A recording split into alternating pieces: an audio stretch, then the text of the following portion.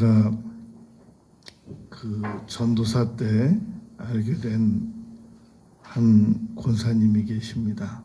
이 권사님은 이 부군께서 그 운영하던 이 회사를 물려받아서 이 회장직을 이행하던 그런 권사님이었습니다. 그 강남에 이제 한 200평 넘는 이 넓은 집을 이제 혼자 가지고 계신 그런 분이었습니다. 왜냐하면은 그 부군께서 그 운영하던 회사 회장직을 이행하다가 어느 날 갑자기 이 심장마비로 세상을 떠났습니다. 이 권사님을 만나면 늘 자기는 하나님께서 왜 남편을 먼저 데려가셨는지 도저히 이해할 수 없다는 겁니다. 얼마든지 남편을 살려두시고도 고치실 수도 있고 변화시키실 수도 있고 하실 일 다 하실 수 있으실 터였을 텐데 왜 굳이 꼭 하나님께서는 내 남편을 데려가셔야만 했느냐. 자긴 도저히 하나님을 이해할 수 없다. 그런 얘기를 자주 했습니다. 그런데 하루는 권사님이 이런 얘기를 하는 겁니다. 자기가 최근에 꿈을 꿨는데 남편이 나타났다는 거예요.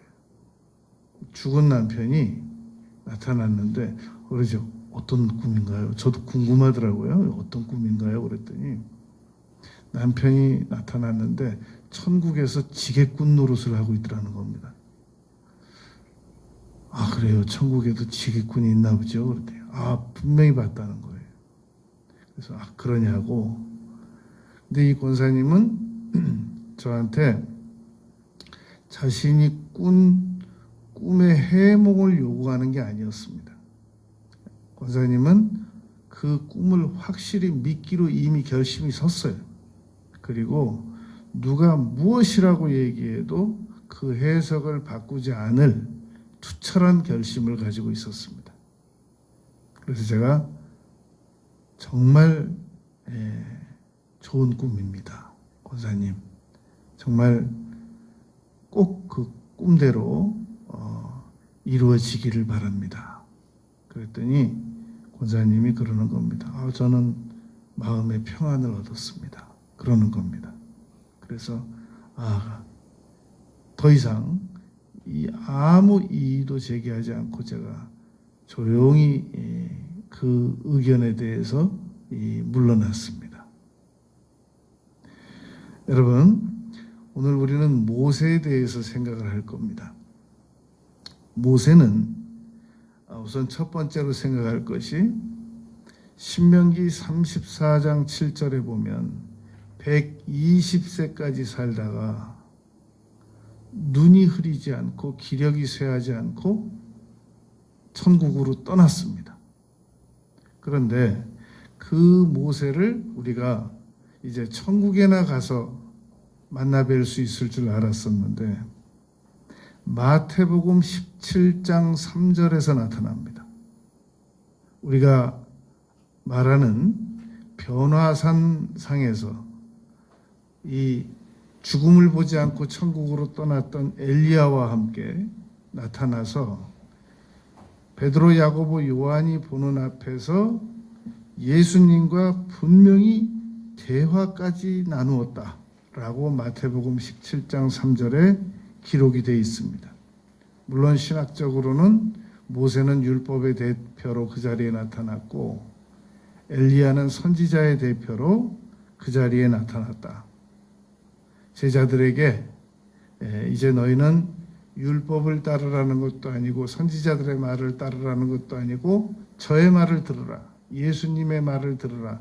복음의 말을 들으라. 그런 의미로 이 두 분의 대표로 나타나셨다라고 하는 신학적 의미도 있습니다.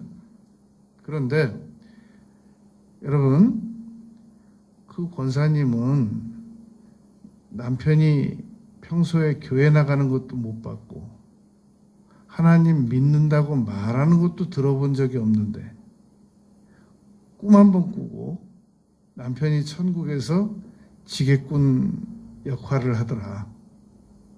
나는 내 남편이 천국 간 걸로 믿는다. 그리고 절대 그 의견을 변경시킬 의사가 없는 걸 제가 확인했단 말입니다.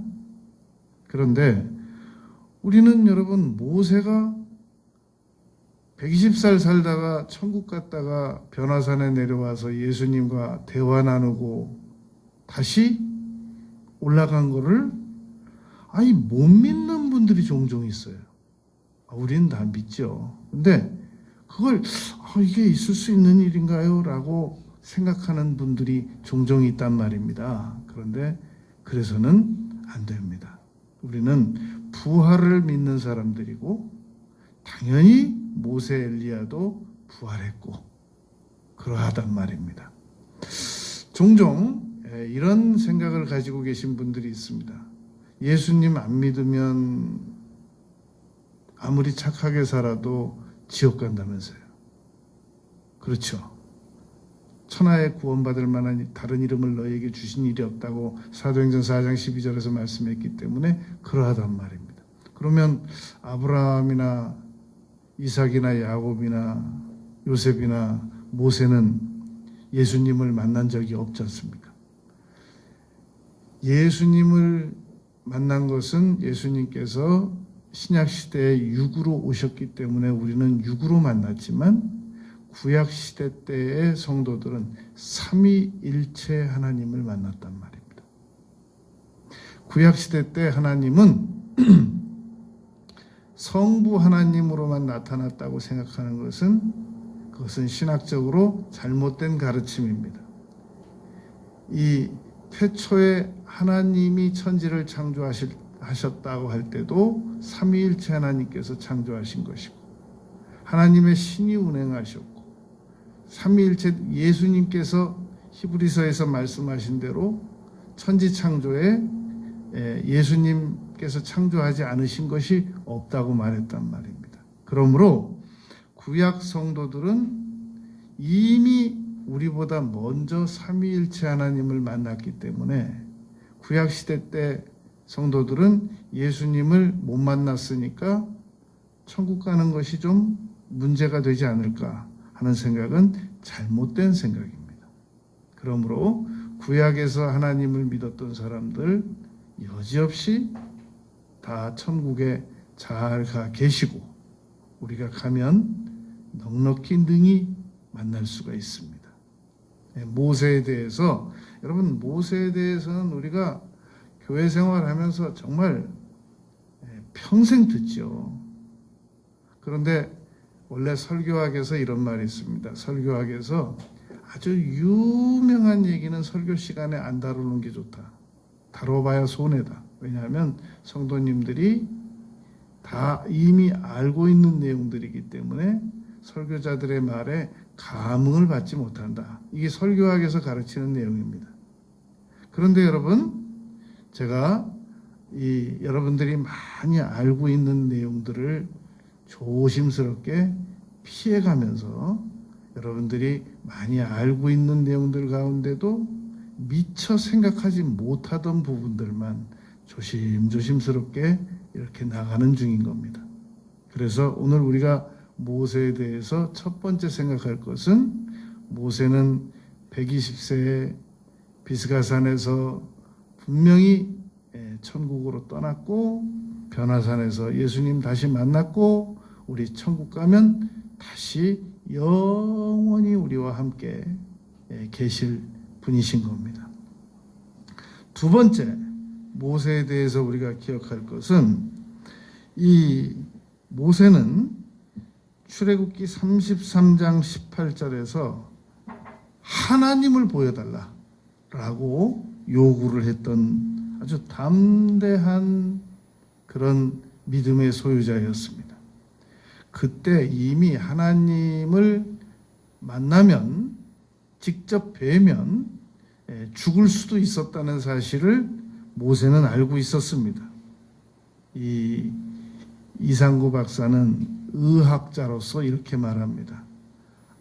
우리가 만약에 하나님을 직접 뵈면 그것은 우리가 우리 눈으로 태양을 직접 보는 것보다 더 위험하다는 겁니다. 자기가 의학자로서 얘기하는데 아드레날린 과다방출로 즉사한다는 겁니다. 이 엘빈 토필러 말대로 하면 예수님과 우리와는 영성이 너무 20억 광년 이상 차이가 나기 때문에 우리가 하나님을 직접 만나면 삼손 부모가 삼손 아버지가 내가 하나님을 만났으니까 이제 나는 죽는다라고 두려움을 가졌었지 않습니까? 마노아가 그랬더니 그 부인이 아니 우리를 죽일 것 같았으면 뭐하러 만나셨겠냐고 그렇게 설득까지 하는 장면이 있지 않습니까? 구약 시대 때는 하나님을 직접 만나면 뵈면 직접 그 자리에서 죽는다라는 관념을 가지고 있었단 말입니다. 그런데 모세가 출애굽기 33장 18절에서 나에게 주의 영광을 보이소서라고 아주 담대한 요구를 합니다. 그건 아주 목숨 걸었다는 얘기거든요. 그 정도로 자기는 생명을 걸고라도 하나님을 뵙고 싶다. 그런 의지였었단 말입니다. 그랬더니 하나님께서 출애굽기 33장 20절에서 나를 보고 살 자가 없다. 너는 바위 위에 서 있어라.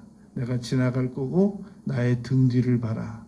물론 신인 동형론적 표현입니다. 하나님은 인책을 가지고 계시지 않으시기 때문에 등이 없으신데 그래도 모세가 알아들을 수 있을 만큼의 말씀을 하셨단 말입니다.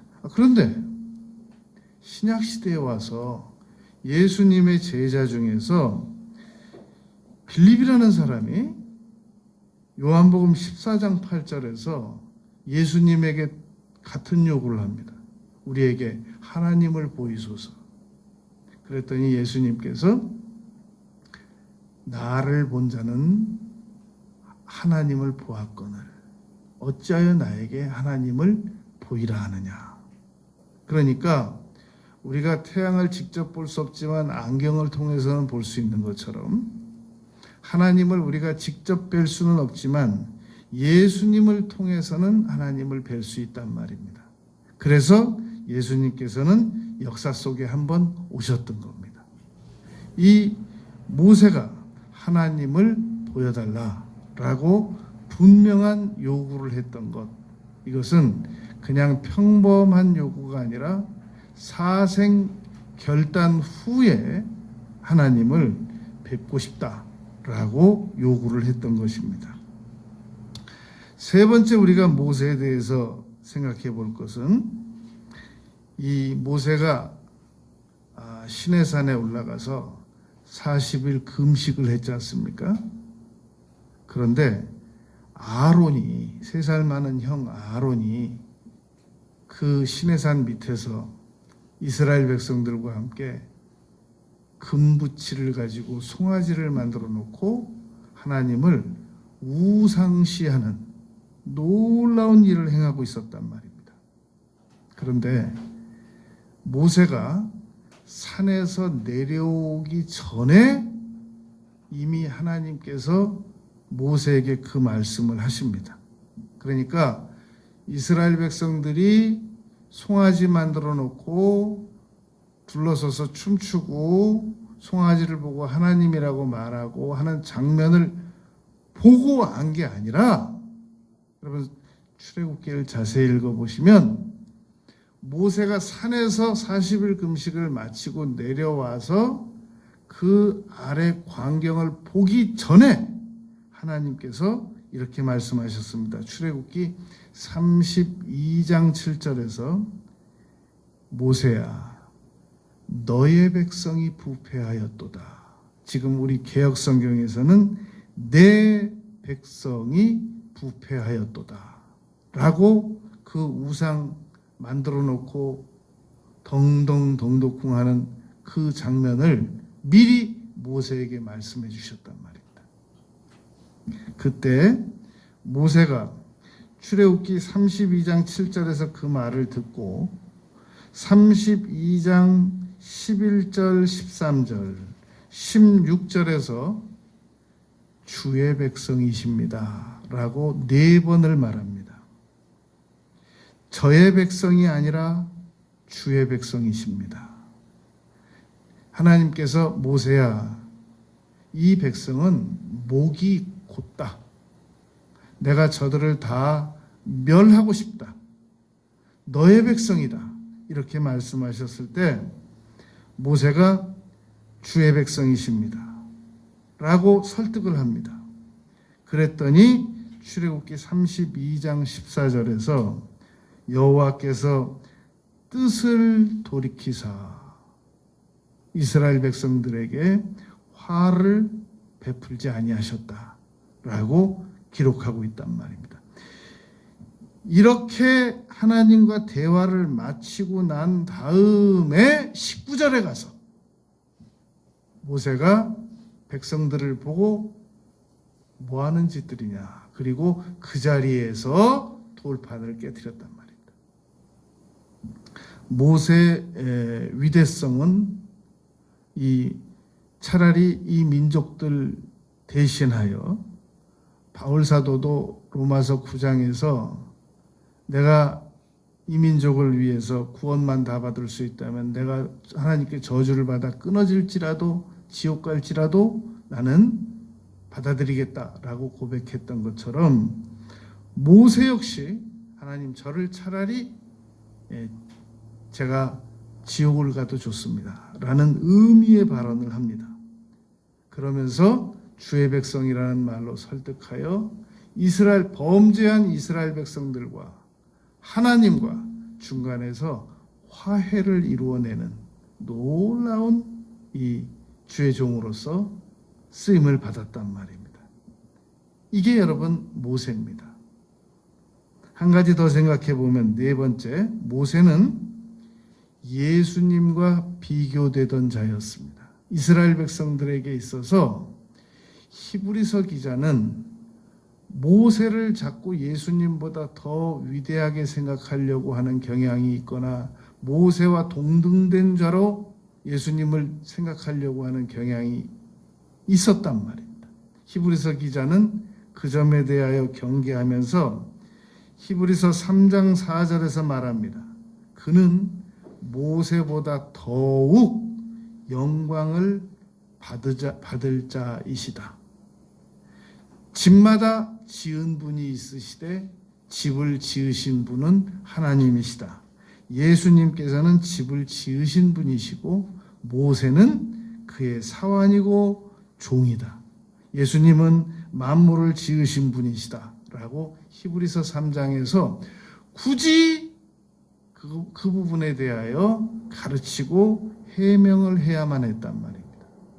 그러니까 바울 사도가 로마서부터 히브리서까지 기록을 했다고 치고 그렇게 위대한 사도로서 쓰임을 받았어도 예수님과 바울을 누가 비교하는 사람은 없거든요.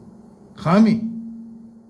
그런데 모세는 예수님과 사람들이 비교를 하다 못해 착각과 혼동을 일으켜서 모세를 예수님과 동등되게 여기거나 모세를 예수님보다 더 높게 여기려는 이 생각들을 가지고 있었단 말입니다.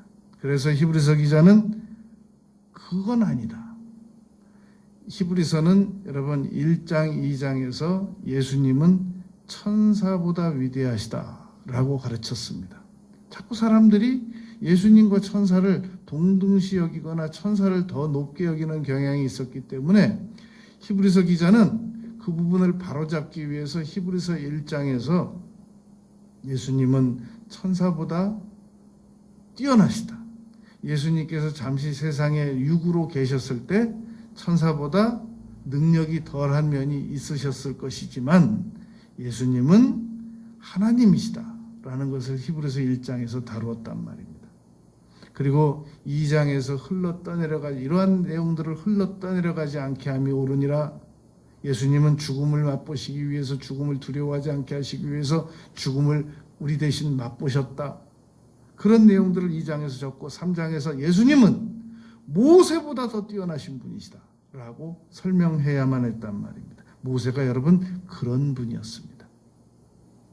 우선 4가지만 생각을 해보더라도 모세는 죽은 후에 부활해서 변화선에 나타났고 생명을 걸고 하나님을 만나 뵙게 해달라고 요구하였으며 부패한 백성을 너의 백성이라고 말씀하신 하나님에게 아닙니다. 주의 백성입니다.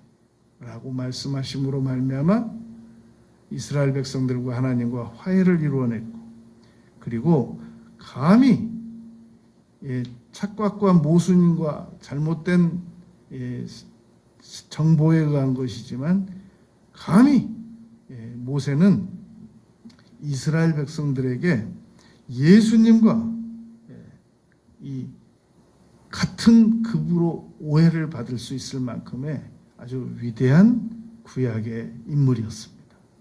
이런 모세에 대하여 오늘 본문 히브리서 11장 24절부터 29절에서는 모세의 믿음 6가지가 기록이 되어 있습니다. 우리가 모세는 얼마나 이 위대한 이 선지자였길래 어떤 믿음을 가졌길래 이렇게 위대한 선지자였는가? 구약의 이 창세기, 출애굽기, 레위기, 민수기, 신명기를 기록한 모세오경을 기록한 그런 인물이었는가? 우리가 생각을 해보자 말입니다. 모세의 믿음 첫 번째는 24절에 기록이 되어 있습니다. 모세는 바로의 공주의 아들이라고 하는 칭함받기를 거절했다. 여러분 마태복음 5장 42절에서 예수님께서 거절하지 말라고 가르치셨거든요. 우리가 인생 살아가면서 사람들에게 거절감만 안 느끼게 할 수 있는 기술이 있다면 그 사람은 인간관계에서 성공한다는 겁니다. 그런데 우리가 다 그렇게 못한단 말입니다. 자꾸 미숙해서 사람들에게 굳이 거절감을 안 주면서 처리할 수 있는 일도 그렇게 거절감을 주면서 살아가고 있단 말입니다. 예수님께서 마태복음 5장 42절에서 거절하지 말라라고 말씀하셨거든요. 오리를 가자고 하거든 십리가 줘라. 겉옷 달라고 하거든 속옷까지 줘라. 그렇게까지 가르치면서 거절하지 말라고 가르쳤단 말입니다. 그런데 모세는 바로의 공주의 아들이라고 하는 칭함받기를 거절했다는 겁니다. 얼마나 어려웠겠습니까? 이제 그렇게들 말합니다. 여러분 이 성경에 대해서는 우리는 창세기부터 계시록까지 의심 없이 믿기로 결심한 사람들입니다. 이걸 보고 성경 무오설이라고 합니다. 신학에서 성경은 하나님의 말씀도 있지만 하나님의 말씀이 아닌 것도 있다. 이렇게 믿는 학파나 이렇게 믿는 교단이나 이렇게 믿는 목사님들이나 그렇게 믿는 성도들은 우리는 그들의 말에 전혀 동의하지 않기로 결심을 해야 됩니다. 우리는 전적으로 성경 무오설을 믿는 그런 신앙인들입니다. 성경은 창세기 1장 1절부터 계시록 끝장 끝절까지 절대 무오하다. 우리는 그 가르침을 믿고 따릅니다.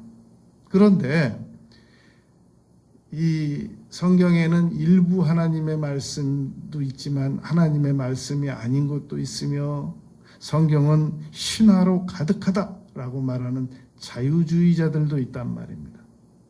그들은 우리가 믿는 것들을 정확하게 반대로만 이야기를 합니다. 왜냐하면 이런 내용을 제시한단 말입니다. 조심스럽습니다만 여러분들은 이런 말에 절대 현혹되지 않을 것이기 때문에 제가 믿고 말씀을 드립니다. 당시에 바로의 공주라고 하면 나일강에 나와서 목욕 안 한다는 겁니다. 조우련 씨가 일본으로 건너가는 그 헤엄을 쳐서 건너갈 때도 배 두 개에서 철장을 가로막아 가지고 이 상어떼라든지 물고기 떼라든지 공격을 막을 수 있는 그 철장 그 안에 들어가서 앞에 배가 끌고 뒤쫓아가는 배가 따라가고 해가지고 헤엄을 쳤지 그냥 바다를 갔겠냔 말입니다.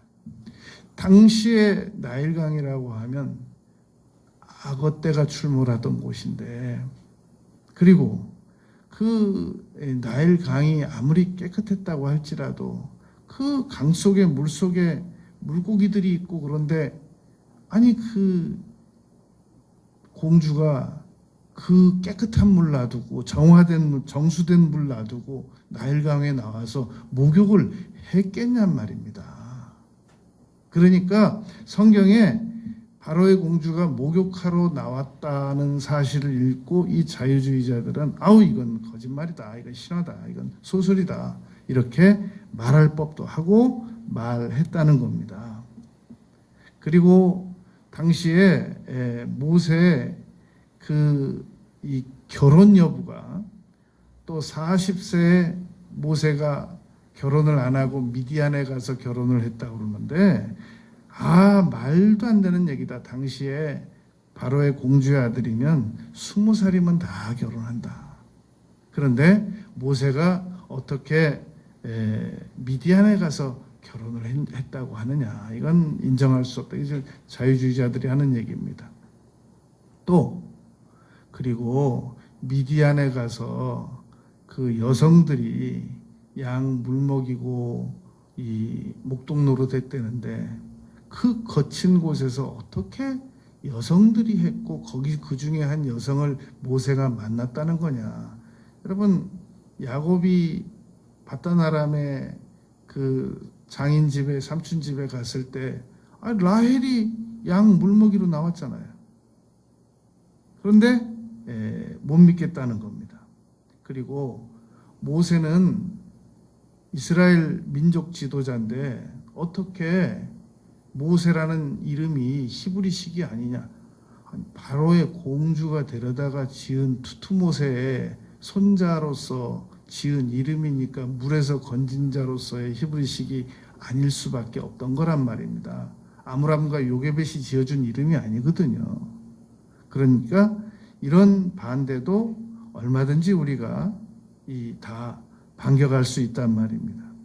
이 히브리어라고 하는 것은 아브라함이 갈대아 우르에서 출발할 때 히브리어를 사용한 게 아니었던 겁니다.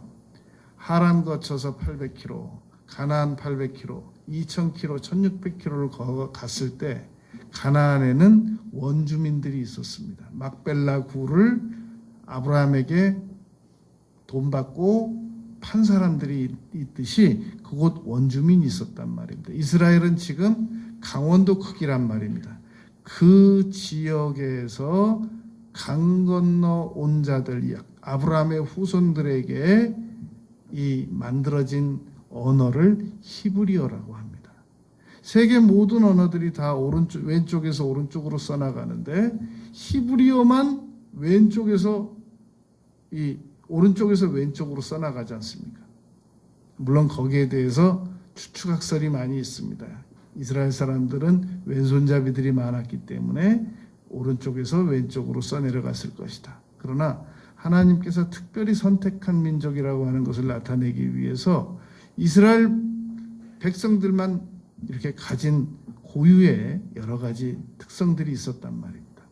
그런데 모세는 애굽에서 궁중 교육을 받고 여러 교육을 받았지만 그러나 이스라엘 백성들에 대하여 이 히브리어로 기록을 할 수 있는 그러한 이 학술적 능력을 가진 사람이었단 말입니다. 애굽의 언어로, 이집트의 언어로 기록한 게 아니었거든요. 그래서 세계 어느 나라가 옛날에 있는 언어를 다시 살려서 사용을 하겠습니까? 그런데 이스라엘은 나라를 빼앗겼다가 1946년에 다시 독립을 하면서 옛날 헬라어도 다시 못 살려냈는데 옛날 구약시대 때 사용하던 히브리어를 다시 살려서 지금 사용하고 있는 민족이 이스라엘이란 말입니다.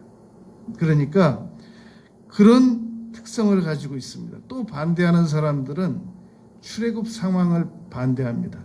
그때 당시 이스라엘 백성들 200만 명이라고 하면 이집트 백성들의 전체 인구의 3분의 2라는 겁니다. 한 나라에서 3분의 2가 빠져나오면 어떻게 3분의 1이 존립할 수 있느냐. 못 믿겠다. 이런 주장도 있단 말입니다. 그리고 출애굽기 14장 7절, 14장 28절에 보면 당시 바로의 왕이 이스라엘 백성들을 추격하다가 홍해바다에서 수장된 걸로 기록이 나온단 말입니다. 어떻게 한 나라의 왕이 그 민족에게 그 종살이 하던 그 3분의 2가 나갔다, 200만 명이 나갔다고 해서 잡으러 가다가 그 물에서 홍해바다에서 수장될 수 있느냐, 이렇게 반론을 펼친단 말입니다.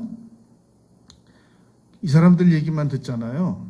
그럼 여러분 성경 기적 이사 다 이렇게 커팅해내야 돼요. 우리는 성경을 믿습니다. 성경의 절대 무고성을 믿습니다. 그러면 바로의 공주는 왜 그때 집안에 있는 그 정화된 물 다 두고 나일강 물 길어다가 얼마든지 깨끗하게 만들어진 바닥에 조약돌 깔고 벽이 다 새지 않는 그 노아와 방주와 같은 보다 더 튼튼한 좋은 재료를 가지고 목욕시설 만들어 놓고 거기서 목욕하지 않고 왜 나일강에 나와서 갈대상자에 이 띄워진 그 아기를 만나게 됐느냐는 겁니다. 이 기독교 성경 학자 요세푸스는 이렇게 말합니다. 당시 나일강은 이스라엘 사람, 그 애굽 사람들에게 신이었습니다. 바로가 모세가 10가지 재앙을 일으킨 것은 당시에 이집트에 10가지 이 우상 신을 가지고 있었기 때문에 우리가 하나님을 대표하는 모세가 그 우상신 10가지를 섬기는 그 바로를 완파, 격파 시켰던 것이란 말입니다. 그 중에 10가지 신 중에 하나가 나일강 신이었습니다. 그런데 이 당시에 그 이집트의 왕의 공주 모세는 자녀가 없었단 말입니다. 그래서 그 당시 이집트 왕의 공주는 무남동녀 외딸이었습니다. 그리고 자녀가 없는 겁니다. 그런데 양자로 삼기를 원했던 것이 아니라 나일강 신에게 나와서 궁녀들을 데리고 하녀들을 데리고 나와서 기도를 드리러 나왔다가 갑자기 아기 울음소리가 들리니까 갈대상자를 열어보았더니 성경에 그대로 기록이 되어 있단 말입니다. 그 공주가 이는 유대인의 아들이다 라고 단번에 알아봤단 말입니다. 그 말은 아버지가 유대인들이 자녀를 낳거든 나일강에 던져서 죽이라는 내용을 이미 알고 있었기 때문에 누군가가 그 아들을 살리기 위해서 갈대상자에다가 띄운 거를 알고 그 즉시 이는 유대인의 아들이라고 말했던 거란 말입니다. 그리고 아들을 얻기 위해서 나일강 신에게 기도하러 나왔는데 아기를 발견하니까 하나님께서 그 마음에 소원을 주셔서 잠언 21장 1절 왕의 마음이 여호와의 손에 있다라는 말씀처럼 공주의 마음에 소원이 임한 겁니다. 내가 이 아들을 내 양아들로 삼아야 되겠다. 그랬더니 멀리서 보고 있던 미리암이 다가갑니다. 다가가서 혹시 유모 필요하십니까? 그 공주가 그 갈대 상자에다 아기 띄워놓고 그 상황에서 누가 쳐다보고 있다가 그 타이밍에 나타나겠느냐 말입니다. 공주가 당연히 그 아이의 누이라는 것을 알지만 암묵적으로 말하지 않고 좋다 그리하라 했을 때 그 아이가 누이가 가서 데려온 그 어미가 어떻게 우연히 아기에게 젖을 물릴 수 있는 그런 젖의 양이 충분히 있었겠습니까? 공주가 바보겠습니까? 친모라는 걸 알았을 것이라는 겁니다. 그러니까 알지만 자신의 양아들로 삼기를 원했고 당시에 그 아들은 갈대상자에 띄워서 목숨을 걸고 거기 누군가에 의하여 구출받기를 위해서 그 강에다 띄워야 될 만큼 절실하기 때문에 암묵적으로 모르는 척했다는 겁니다. 여러분 탈무드에는 이런 내용이 나옵니다. 랍비에게 2명의 이 학생이 앉아 있었습니다. 한 학생이 물었습니다. 랍비여, 공부하는 중에 담배 피우면 안 되지요? 랍비가 그렇게 말했습니다. 누가 공부하는데 담배를 피우느냐? 당연히 안 되지. 옆에 있던 학생이 다시 랍비에게 질문했습니다. 랍비여, 질문을 바꿔보겠습니다. 담배를 피우는 중에도 공부는 해야 되지 않습니까? 랍비가 그렇다고 그랬습니다. 법으로는 안 되는 일인데 해석을 바꾸면 될 수 있는 일이 있단 말입니다. 법으로는 당시에 유대인들은 아들을 낳으면 이 나일강에다가 버려서 죽였어야만 했단 말입니다. 3개월까지 키웠는데 모세 어머니가 아버지와 숨겨 키웠는데 더 이상은 숨길 수가 없어서 갈대상자에 띄웠단 말입니다. 바로의 공주는 그 사실을 알고 있단 말입니다. 애굽의 법으로도 금해진 거고 아버지가 말씀하신 법으로도 금해진 겁니다.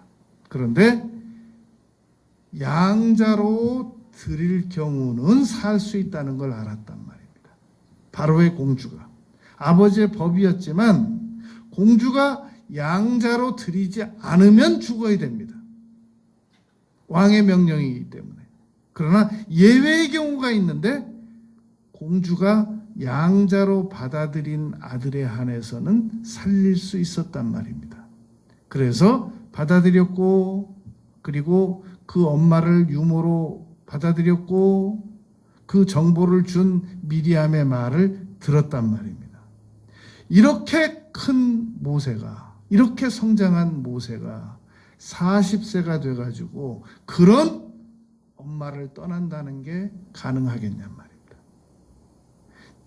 친엄마를 떠나는 것도 어렵겠지만 그 친엄마가 모세에게 계속해서 너는 하나님의 백성이고 하나님은 우리 민족을 사랑하시고 끊임없이 교육을 시켰을 것이란 말입니다. 여러분 천주교에서는 이렇게 말합니다. 아이를 태어나자마자부터 7살 때까지만 자기들에게 맡겨주면 절대 하나님 품을 안 떠날 수 있게 해주겠다고 호언장담을 합니다. 바로 이렇게 어려운 상황에서 모세는 거절했다는 겁니다. 바로의 공주의 아들이라고 칭함을 받는 것을 거절했다. 다니엘과 사드락과 메삭과 아벳느고는 왕의 진미를 거절했습니다. 어느 장로님께서는 박정희 대통령이 주는 술을 거절했다고 합니다. 우리가 여러분 세상에 나가서 얼마든지 융통성이라고 하는 것을 발휘하면 지금보다 더 많은 수입을 얻을 수도 있을 수 있는 분들이 있습니다. 거절하는 분들이 많단 말입니다. 곽선희 목사님께서 한번 간증을 하시는데 미국에서 기숙사 생활을 하고 있었답니다. 프린스턴에서 기숙사 생활을 하고 있는데 하루는 사업하시는 장로님이 한 분 찾아오셨더랍니다. 그러면서 뭐라고 말씀하시냐면, 제가 목사님 아무리 어려워도 저는 주일을 비행기 타고 본국 들어가서 지내고 다시 나옵니다. 그런데 이번 주는 도저히 갈 수가 없습니다. 그래서 제가 집에서 안 자고 이렇게 목사님 계신 곳에 와서 이 신학교 기숙사에서라도 자고 주일 지내고 가서 일하려고 이렇게 찾아왔습니다. 그랬다는 겁니다, 여러분. 여러분, 우리는 얼마든지 거절할 수 있는 것들이 있습니다. 모세의 믿음 두 번째, 25절에 보면 죄악의 낙을 누리는 것보다 더 좋아하고, 24절에서는 거절하고 25절에서는 죄악의 낙이라고 그러잖아요. 죄도 쾌락이라고 하잖아요. 죄악의 낙이라고 한단 말입니다. 성경에서는 죄악에도 즐거움이 있다라는 사실을 인정하는 겁니다. 그런데 죄악의 낙을 누리는 것보다 모세는 더 좋아했다. 더 좋아하는 것이 있었다는 겁니다. 여러분, 우리 기독교가 불교와 다른 것은, 불교는 비유라고 합니다. 우리 기독교는, 성경은 채우라고 합니다. 에베소서 5장 18절, 성령의 충만함을 받으라. 인간은 여러분 비워가지고는 어떤 위력을 발휘할 수가 없습니다. 공급을 받아야 됩니다. 채워야 된단 말입니다. 성령의 충만함을 받으라. 그리고 신앙은 무조건 아무것도 안 하는 게 아니고 천국은 침노하는 자의 것이다 라고 마태복음 11장 12절에서 말씀했단 말입니다. 그러니까 무엇인가를, 죄를 끊기 위해서는 의지적으로 죄만 끊으려고 하다가는 100번이면 100번 다 실패합니다. 그러니까 죄를 끊기 위해서는 더 좋아하는 게 있어야 되는데, 그것은 기도를 더 좋아해야 하고, 금식을 더 좋아해야 하고, 하나님 말씀 듣는 것을 더 좋아해야 하고, 하나님 말씀 암송하는 것을 더 좋아해야 한단 말입니다. 교회 생활을 더 좋아해야 하고, 교회를 안 나오면서 교회 일을 등한히 하면서 무엇인가를 아내만 보겠다고 하는 생각은 이루어질 수도 없는 것이며 소극적인 생각이란 말입니다. 천국은 침노하는 자들의 것이지, 신앙생활을 안 하거나 덜 하면서 죄는 안 짓거나 덜 지어보겠다고 하는 생각은 이루어질 수도 없거니와 이루어지지도 않습니다. 그래서 모세는, 히브리서 기자가 모세의 믿음은 더 좋아하는 믿음, 거절하는 믿음, 24절 25절에서 말씀했단 말입니다. 26절에 모세의 믿음 세 번째는 상 주시는 이심을 바라봄이라. 상을 바라본다는 겁니다. 여러분, 사람은 바라보는 것에 의하여 끌려가거나 자기가 바라보는 것에게 달려가거나 둘 중에 한다는 것, 한 가지를 합니다. 큰 바위 얼굴이라는 내용을 우리는 알고 있지 않습니까? 여러분, 그러니까 지금 우리 양심에 한번 손을 얹고 생각을 해보시기 바랍니다. 나 교회 다녀요. 신앙생활 좀 했습니다. 그런데 저는 상까지는 안 바라요. 무슨 지금도 감사해요. 상은 굳이 주신다면 받기는 하겠지만 저는 상까지는 바라지는 않습니다. 이 사람 매우 믿음이 지금 연약한 사람입니다. 믿음이 분명히 있는 사람은 모세처럼 상을 바라봐야 됩니다. 상을 안 바라보는 건 겸손한 게 아닙니다. 믿음이 없는 겁니다. 우리는 분명히 24절에서 바로의 공주의 아들이라 칭함받기를 포기한 것만큼, 거절한 만큼 상은 어쩔 수 없이 원턴 원치 않던 받게 되어 있습니다. 그런데 상을 안 받고 싶다는 얘기는, 안 받아도 된다는 얘기는 엄밀히 말하면 바로의 공주의 아들이라 칭함받기를 거절할 단계가 아직 안 됐다는 말인 것입니다. 그리고 죄악의 낙을 당분간 더 누리겠다는 표현이기도 한 것이란 말입니다. 이게 내면적으로 그렇단 말입니다. 그러니까 우리는 분명히 거절하고 더 좋아하기 위하여 바라볼 것이 있어야 되는데 그 바라보는 것은 상을 바라봐야 한단 말입니다. 그러니까 우리 신앙인들이 하나님께로부터 상을 바라보는 것은 정당한 겁니다. 여러분, 왜 여러분들은 우리 자녀들이 초등학교 가가지고 상장 하나 받아오면 왜 액자까지 만들어서 걸어둡니까? 상은 별로 안 좋아하는데 그렇게 됩니까? 왜 우리 자녀들이 학교 가서 선생님에게 상 받았고 칭찬 받아오면 왜 그렇게 좋아하십니까? 원래 상 안 좋아하는데 그냥 그 점에 대해서만 좋아하는 겁니까? 원래 여러분 인간은 상을 좋아하게 되어 있는 겁니다. 훈장 좋아하게 되어 있습니다. 그런데 하나님에 대해서만 별로 상 받고 싶지 않고 기대도 안 하고 그냥 천국 가는 거, 구원받아서 천국 가는 거, 그거 하나면 족하다라고 말하는 것, 그건 겸손한 것이 아니란 말입니다. 겸손을 가장한 교만이고 겸손을 가장한 아직도 세상에 미련을 못 끊었기 때문에 나타나는 증세란 말입니다. 여러분, 감기 눈에 안 보입니다. 열이 나는 거지. 바람 눈에 안 보입니다. 나무가 흔들리는 거지. 상을 안 받고 싶다는 얘기는 뭔가 잘못된 사상이 그 안에 있는 거란 말입니다. 하나님께로부터 분명히 상을 바라봐야 됩니다. 상을 받기를 기대해야 됩니다. 모세의 믿음 네 번째 27절에 보면 무서워하지 않고 참았다라는 기록이 나옵니다. 여러분, 우리가 신앙생활을 잘 하려고 하다 보면은 두렵습니다.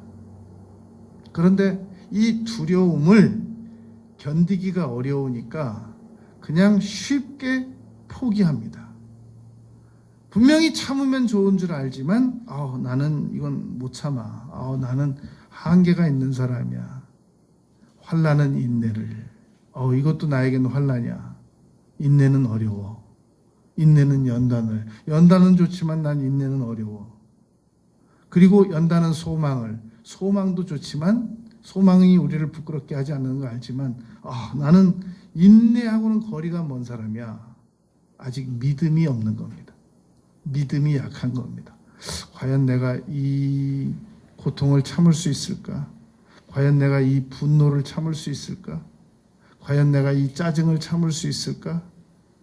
과연 내가 이 억울함을 참을 수 있을까? 아니야, 난 아직은 못 참아. 차라리 이번까지는 내 폭발하고 다음부터는 어떻게 좀 참아볼지 모르지만 이번엔 안 돼. 이것은 믿음이 연약하여 그렇다는 겁니다. 모세는 무서워하지 않았다. 참았다. 대신에 인내했다. 그 말입니다. 바로가 무섭죠.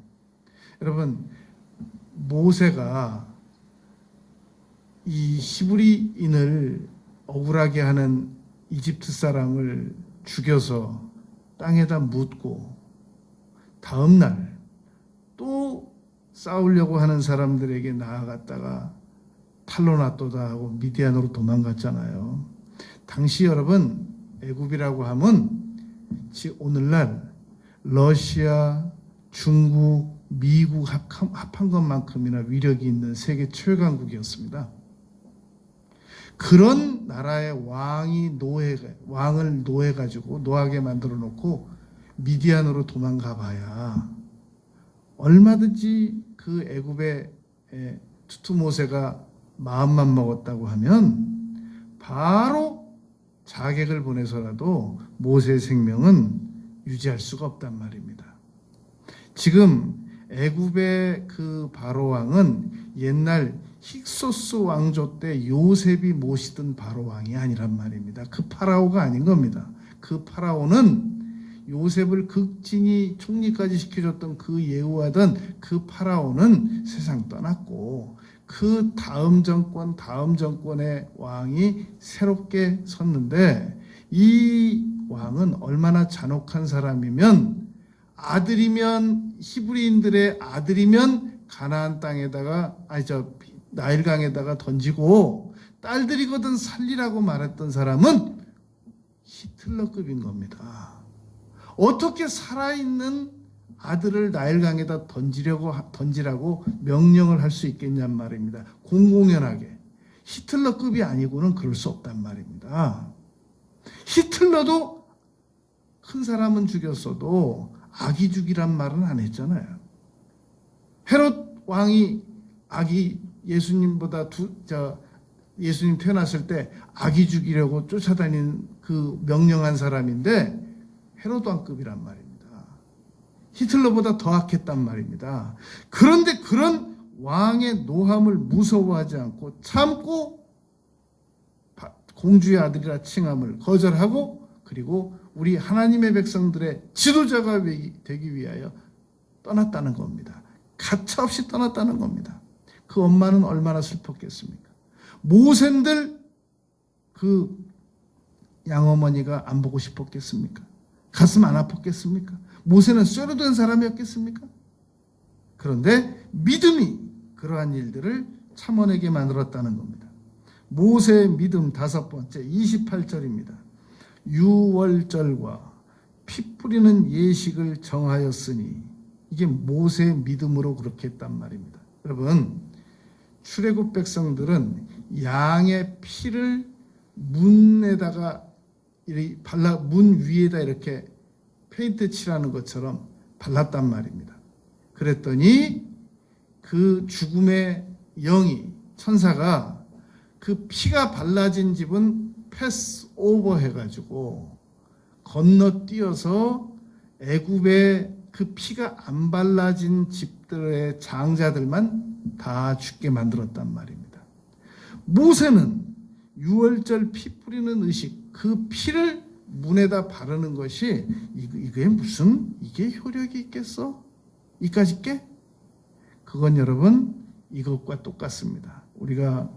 제가 여러분들을 위해서 항상 기도드려줄 때, 안수해드릴 때, 또 우리가 줌으로 예배드리고 끝날 때 항상 보혈의 효력으로 덮는 것은 유월절 피 뿌리는 의식을 예식과 같이 우리 모두에게 우리 생각의 피를 예수님의 보혈의 효력을 발라드리는 거란 말입니다.